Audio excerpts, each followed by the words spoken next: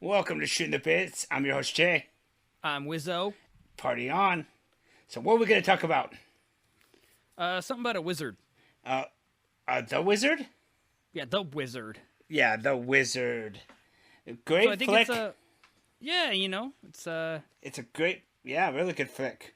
1989 film. Yeah, and it was, for me, it was a video game love fest. Well, I mean, it was a product placement of a movie for sure. Yeah, But I feel you. yeah, and a lot of video games in there, and everything. Yeah. Well, let me give you the wiki breakdown. The Wizard is a 1989 American family film directed by Todd Holland, written by David Christholm, and starring Fred Savage, Beau Bridges, brother of the dude himself, Christian Slater, introducing Luke Williams as Jimmy Woods. It was also Tobey Maguire's uncredited film debut. The film follows three children, the youngest of whom is emotionally withdrawn, but gifted at playing video games.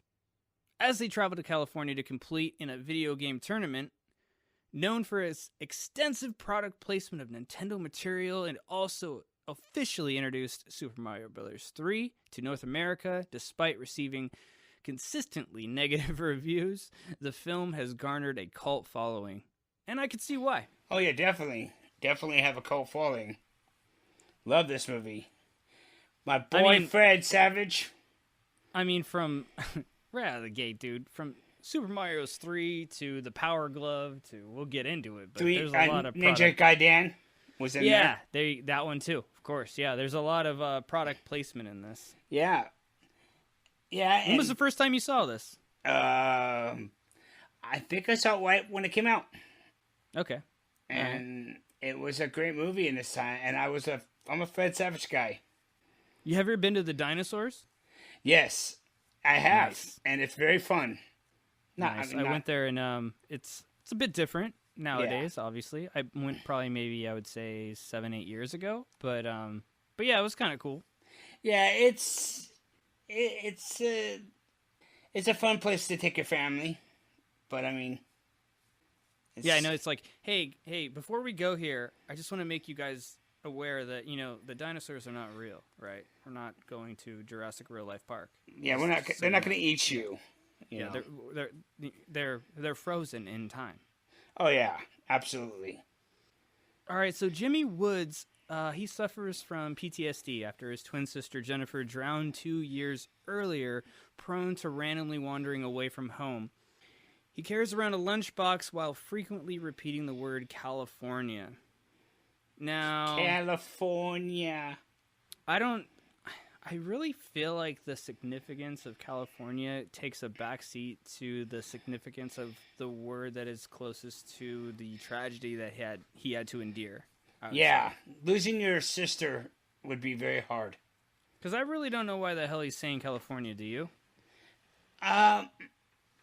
Because of the dinosaurs. Does he knows that they're there? How would he know that? Because he was there with his sister earlier.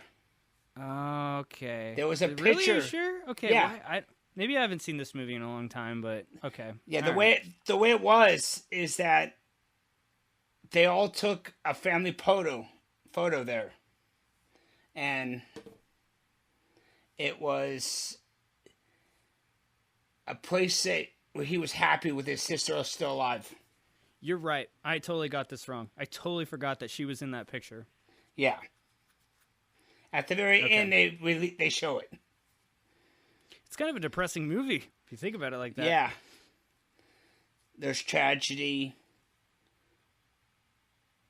and action, and the girl just makes it even better. I mean, come on. Oh yeah, for sure. Jenny Lewis. Yeah, I like her. I really do. I think she's awesome. I mean, he touched my breasts. What breasts? You don't have any breasts. Come on, dude. That is the funniest line, dude. Come on. That is just hilarious. It's very, very funny. She actually went on to have an extensive music career. She went, and a movie career too. She's been in quite a few movies, including but The House Bunny. She did a lot more music though. She really did. Like if you look at her wiki in terms of the music she did, it's pretty crazy. But yeah, she does have a lot of filmography under her belt as well. Yeah, House Bunny was one of them. Yep. And there was a few others. I don't remember all of them, but I know that she's had a lot. And yeah, they're all awesome. She's a very good actress or actor. I don't know the political word. I don't know what they want to be called these days. Just go with actor. It's not a gender specific title, so yeah, just go with actor. Yeah. So, but I mean, it's a very good. She does a very good part in there. Her part in there was very good because she gives the dynamic that is kind of missing with the two boys. And yeah, she's not taking anything out of no one. Yeah, she ain't dealing with you guys' stuff. Nuh-uh. Yeah, when Fred Savage's character tells they're on the roof of her home in Reno, and she says, "I'm not kissing a boy," and he goes, "A girl, perhaps?" And the look on her face is just priceless. She's like, "How dare you say that I would kiss a girl? How dare you foreshadow my future?" Yeah, dude. Don't call me out. Yeah, I'm young still, dude. I don't know who I am yet. Yeah, that's awesome because you never know what you didn't. You don't stop, Fred Savage. I'm gonna savagely slap you upside the head. Yeah. And Fred Savage has been in a lot of movies too. Princess Bride. He is a whiny baby in this movie. Yeah, he is. He is. I would say for sure. But look at Fred Savage's career. I think he's just bitter because when he was in Princess Bride playing video games, he didn't know nothing about nothing. He couldn't even play. He couldn't even do that. So I think he was just bitter at the whole thing. Yeah, I think so too. Yeah, and then he was in The Little Monsters as well, which was and his dad is the dad of Jonathan Brandis in Sidekicks. He's like, man, my brother kicks ass. Like I can't even. I can't win. Yeah. Wait, I thought that was the same guy though. No, not in Sidekicks. Sidekicks was Jonathan Brandis. Yeah, but Jonathan Brandis' dad in Sidekicks plays the same dad in this guy. Yeah, yeah, he does. Yeah, that's Bridges, and yeah, his brother Jeff Bridges is a legend. Yeah, for sure. And all right, do you want to move on with this? Jennifer's death caused Jimmy's family to split. He lives with his mother Christine and stepfather Mr. Bateman, while his older half-brother Nick and Corey live with their father Sam. Exasperated by Jimmy's behavior, Christina and Mr. Bateman decide to commit Jimmy to an institution. Man, that's messed up, dude. Why'd you do that? Unwilling to allow it, Corey sneaks Jimmy out, and they start traveling on foot for Los Angeles. Hey, man. Hey, more power to you. Nick and Sam resolve to bring the boys back while competing with Mr. Pootman, a greedy bounty hunter hired by Mr. Bateman and Christine to find Jimmy. Now imagine how much funnier this movie would be if Mr. Pootman was Dog the Bounty Hunter instead. Oh my gosh. I think it would be a lot more funny. Yeah, I think it would be a lot better. It would be a lot better movie. It's amazing. I mean, the guy, don't get me wrong, he's a good actor. He played the part really well. Well, yeah, you don't like him. You hate his guts, so he did the job. Yeah, and we want him to get beat up by the truck drivers in the movie because I just want him to go away. Oh, I like for him to suffer a little bit. I mean, he's you're a sick person, so you know. Yeah. Well, you know, go to help for that. I'm sorry. I don't. My PTSD won't allow me to. Oh, here you go. That nice callback. Yeah. All right. So, at a bus station, Jimmy and Corey meet Haley Brooks, a teenager on her way home to Reno. When they discover that Jimmy is innately talented at playing video games, Haley informs Corey of Video Game Armageddon, a gaming tournament being held at Universal Studios Hollywood, with a grand prize of 50 grand. Corey sees the tournament as an opportunity to advert Jimmy's institutionalized by showcasing his talent. What a win. Dude, all right, he doesn't need to be in this institute because he's got talents that you do not possess. There you go. I like it. And Absolutely. And Haley agrees to help take Jimmy there in return for share of the winnings. All right, so all right. So, all right. Yeah. Okay. Yeah, because she wanted to better her situation too, and I can understand that. I can feel that too. Yeah, and it's I can see that. I can understand that. That's it's all good in the hood, but I feel it. So the trio hitchhike cross country using Jimmy's skills to win bets on games. They eventually meet popular but schnobbis gamer Lucas Barton, who demonstrates his ability to play Rad Racer with a power glove because it's so bad, and informs Haley that he will be competing. Corey and Haley learn that Jimmy's lunchbox contains photos of mementos of... Okay, this is where I totally forgot all about this. It's been a long time since I've seen this movie. You're totally right. His sister was in these pictures, and that's the hook. Yeah, that's why he carries the lunch pail everywhere with the pictures. 100%. Yep. Yeah, it's his way of remembering his sister who passed. So right. So the trio arrive in Reno, gaining more money to help with Haley's trucker friend Spanky, what a name, whom Haley coaches to success at casino's craps table.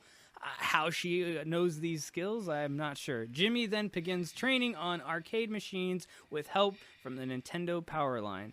Do you remember the Nintendo Power Line? Did you ever call?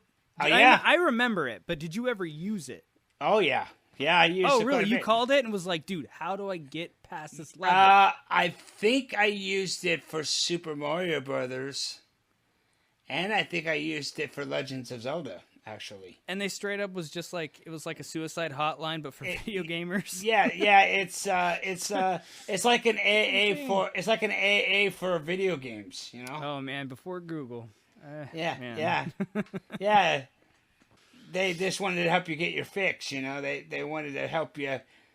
They're not going to tell you exactly how to beat it, but they're going to give you good hints on how to beat it, you know. I love how in that scene though, I don't remember for sure. It's been a minute, but I remember like shots of them being in the Nintendo Power Line like offices. Yeah, and they are. It's like flipping open power, like the what is it called, the Power Guides or the Nintendo Power magazine. Yeah, I used to have those too. Over. Oh, well, let me look this up because if you had a subscription, you wouldn't have to call me.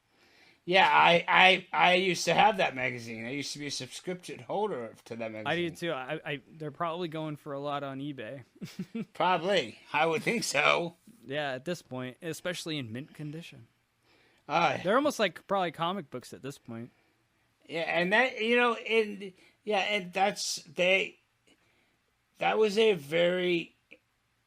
that was the kind of job that I wanted. I wanted to work for like at the hotline, because I was good enough that I could beat games, and I could help people, and I wouldn't mind getting paid to do it. That would be awesome.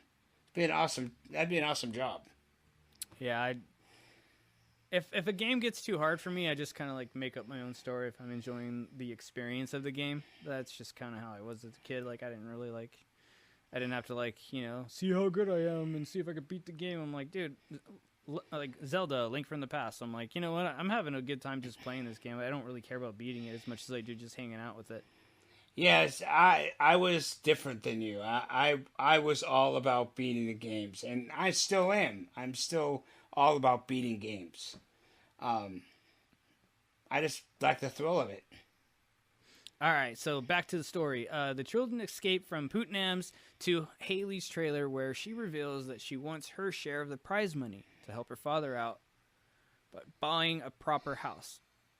Putnam finds Haley's trailer and captures Jimmy, but Haley summons several truckers who barricade Putnam on the road to rescue Jimmy. She's got some pull, man. She's like a gangster, like in making.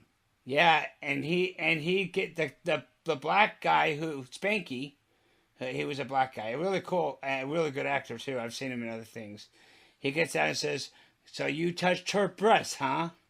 it's real hot out here. He tries to do everything. The bad guy tries to do everything he can to try to get them to not beat him up. It was fun. It was fun. I'm like, oh, you deserve getting this beaten. You know what I love him in, man? Have you seen Batteries Not Included? Yes. Yes, I love him in that movie. Yeah. He's a good actor, and he's done a lot of stuff, and that was on a. I don't know where that highway is, but I'd love to find it. Where they all four trucks kind of. It's got to be somewhere in Cali. Yeah, it's probably off of. It's probably somewhere in between California and Nevada. Yeah, I would think. All right, so after Spanky drives the children to the tournament, Jimmy enters and becomes a finalist after playing Ninja Gaiden. In between rounds, Putin unsuccessfully reattempts to apprehend the children, Jimmy, Lucas, and a third finalist in the tournament's final round. They have 10 minutes to score as many points as possible in Super Mario 3, a brand new game not yet released in the United States. Plugging. Oh, dude. All right, so hold on, I'm not done. Cheered on by his family, Haley, and even Putnam, Jimmy wins the last round, becoming the tournament's champion and earning the cash prize. And then, you know what they do? They go to King Kong's drawers. Now that's. I just like, okay, for me, all right, we have to take a second here to recognize. They go through King Kong's drawers when they're trying to get away from Putin. Right. Putin. Putin. No, but dude, like, man, let's take a second to that fire at Universal Studios in 2008 was that broke my heart, man. And that attraction, that attraction had burned down. So I'm sure watching that again, it'll be pretty like, that scene's gonna be a bummer, but kind of cool at the same time that you got to see, like, you know, he was only waist up, obviously. Yeah, the mechanical, you know. They sure don't make it like they used to. And for those of you who don't know, there was a fire in 2008. It burned down so much of the backlot, Universal Studios, and it came just shy of burning down the clock tower from Back to the Future. Like, I mean, it destroyed so much stuff. There's the New York Street, which if you've seen, like, Bruce Almighty, where he takes his dog out and his dog's peeing everywhere, that was New York Street. Or if you've seen, like, Gone Girl, again, New York Street. So this was all burnt down during that time. I think maybe I remember that.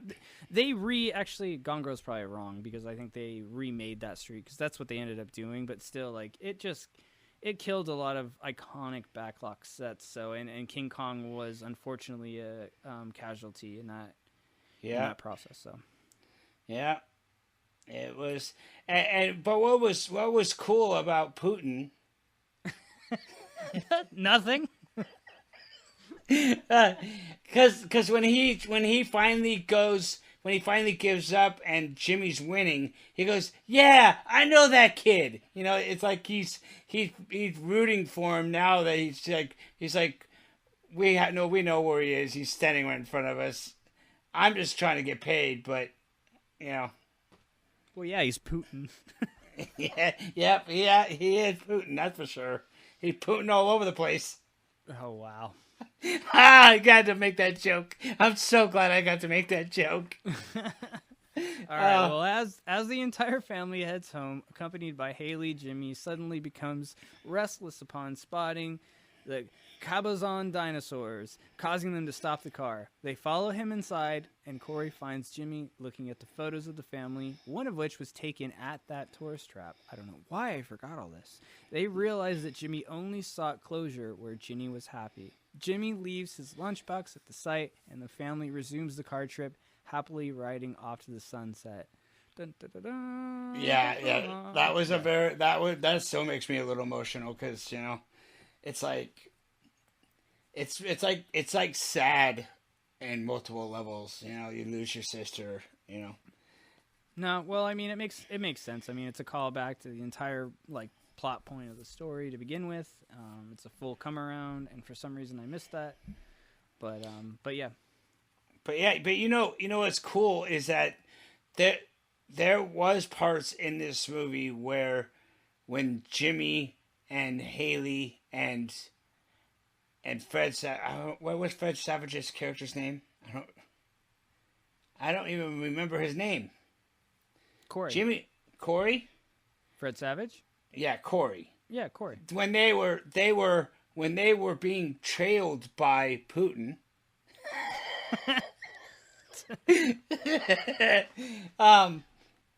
And I know a lot of people are probably going to give me a lot of. We're supposed to be funny, guys. There was parts in this movie where when they were being trailed, there was one time when they were all on the side of the road and they were trying to figure out how they were going to get to Reno, and some bikers came by and they did Send Me an Angel while they were riding on the bikes, and it was, dude, I love that whole, they do a lot of the drive on the bikes. It's awesome, the music and all they had a great soundtrack for this movie. I mean, yeah, it's got some New Kids on the Block in there and stuff like that. Yeah, it does. And you know, I think that Lucas liked Haley a little bit. I don't think he wanted to be business partners with her. I think he wanted to be partners with her. Even though she was a lot younger than him. She was only, I think she was like 12. I don't know, man. Maybe 13. I don't know. They didn't even ever say how old the kids were. But I know that Fred Savage was 13 when he did this film. Because I was 13 when he did. Because Fred Savage is born in 76, just like I was. So, we're the same age. So he was 13 when he did this film. And I was 13. And it was, you know, this is just one of his many movies that I really love. I mean, this is top 5 of his movies that I really love. I mean, but if you look at his career, I mean, he's had a great career. Yeah, it's okay. Despite the film touting itself as featuring the first public reveal of Super Mario Bros. 3, the game had already been released in Japan during the previous year, with U.S. magazines such as Electronic Gaming Monthly and GamePro having already covered the Japanese version. Interesting fact. Really? Yep. Wow. I knew that when I saw them, I got to see them play the game first before I got to play it, and I was excited to play Super Mario Bros. 3 because I had already beaten Super Mario. I've already played Super Mario Bros. 1 and 2, and so I was anxious to play the third one because I like the Super Mario franchise. Third one's dope.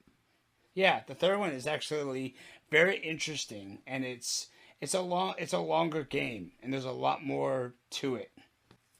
What's interesting is Todd Holland, the director, he revealed that the original cut of the film was 2.5 hours long and included extended backstory for Jimmy and Corey.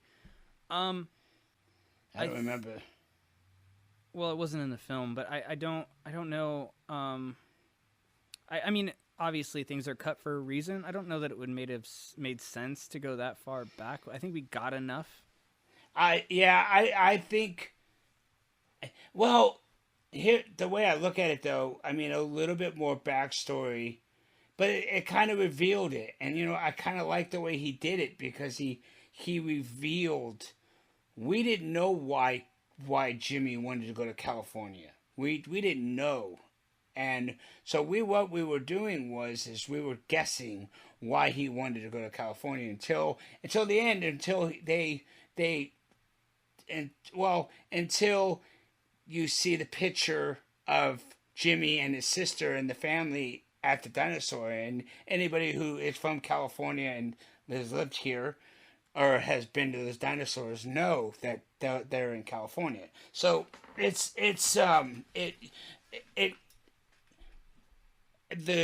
I like the surprise of it. I like that it kind of gave us it kind of keep us guessing why Jimmy was always saying California.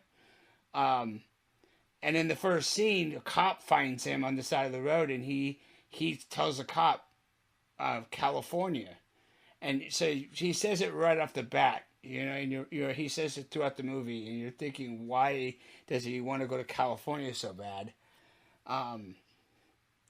But and then it reveals it. So I think it was a good kind of lead up to it, and I think it was awesome that they left us guessing until the end, and then they finally said, "Oh, this is why he wants to go to California, because of his sister." Well, here's the thing in terms of production. In an interview with Retro Gamer, director Holland admitted that he had some issues with the final script, saying, "I argued with the studio that we were shooting way too much footage, more than we could ever possibly use. I lost the argument and was told flat out by Universal to shoot the entire script." According to Holland, the original cut of the film was over 2.5 hours long, and nearly an hour of footage needed to be deleted in order to make the film a suitable length for a family viewing. The deleted material was finally released in 2020, which we should have probably saw in preparation for the podcast, on the collector's edition of the Blu-ray of the film. Most of the deleted footage comes from the original cut of the opening act, which explores Corey's home life in more detail, including deliberately antagonizing his older brother, his mother's emotional issues surrounding Jimmy, and her divide from her former family. Nick's alcoholism is also explored in more detail, as well as his additional clips from the road trip scenes. Trucker Spanky gets more screen time in the deleted scenes also, explaining his role in more detail. There are more clips from the final video game Armageddon contest. So, yeah, I guess some of this is cutting the fat in terms of filmmaking, but some of it's kind of like, maybe you could have maybe spliced up here and there to kind of give you a little more backstory, I guess. But I think overall, I think the film was good the way it turned out. Yeah, definitely. I think it was great. And another really thing, I Christian Slater, I love the guy. I mean, he's a really good actor, and he's been in a whole bunch of movies. I remember one of his first movies. He was playing Nintendo on the road with his dad, and then he wakes up one morning and his dad is playing Teenage Mutant Ninja Turtles. Right. And the dad went from hating the video games to loving it. So he kind of got addicted to the video games. I think that's a product of the times. Yeah, and what's funny nowadays it's common for adults to play video games, but I mean back then it was kind of something you got for your kids. Yeah, and you know what? I played that game. I loved that Teenage Mutant Ninja Turtle game. That's the one where you go underwater and you like defuse all the bombs before they explode. Yep. Yeah, that was a fun one. That was a fun Teenage Mutant Ninja Turtle game. Ninja Gaiden, I played that one a few times. That was a fun game. But it's like, I think the story all around, it was a great story. It was written well. It was directed well. And the actors did a really good job of, keeping the integrity of it and making it fun to watch. It's something that I will show my children, and I hope that my children show it to their children. Because it's a movie that will hold up in time. I don't know that I agree with that. Just because it's such aged. I mean, nowadays with smartphones, I mean, some of these apps are more sophisticated than the technology back then, but it's definitely appropriate for the time. Clearly, it was made in that time. It's probably more nostalgic than anything for me. But yeah, I'd like to watch it again. It's been years. Yeah, I have it. I own it. So I mean, I do watch it, and I remember Christian Slater playing he played a character he played one of the main characters in Billie Jean's The Legend of Billie Jean. And he's had a phenomenal career. Christian Slater has. Yeah, he's been in a lot of good movies. Yeah. I love Billie Jean. We should do that movie. Yeah, Billie Jean's Last Dance is Billie Jean. The Legend of Billie Jean is a very Billie Jean, The Last Dance. Shut up, you jerk, man. The Legend of Billie Jean. Okay, continue. That's the sequel. Billie Jean, The Last Dance. Yeah. I think we should do that one. That one had a whole bunch of good people in it. I mean, that had a collection of great actors in it. Yeah, but I mean. The Wizard, and then you had he was also in Fred Savage was also in the Wonder Years.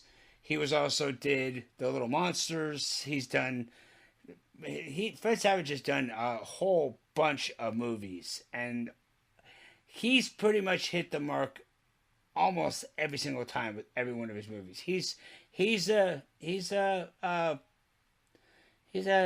of an actor, I would have to say. Yeah, he's okay. Oh, you don't like him? No, he's fine. Wait, who you're talking about? Fred Savage? Yeah. Yeah, he's okay. He's a whatever. He's Fred Savage. Yeah. He's just kind of playing Fred Savage in all of his stuff he's in. Yeah. It's not a bad thing. It's just, I wouldn't say like he's fantastic or anything, but he's good. He's good. I think he's a good. I buy it and anything he's in, I buy it. Yeah, I mean, I think he's done very good with everything he's been in. He does a good job, man. Yeah, I mean, really, at the end of the day, for all you directors out there, it's really about taking the temperature. Do you buy what's happening that you're going to put on screen? Do you believe it? If you don't believe it, then you got to do another take. And with him, I do. I believe it. But he is a one-trick pony. Yeah. And I do agree with that. I do agree that you have to be willing to buy what you're producing.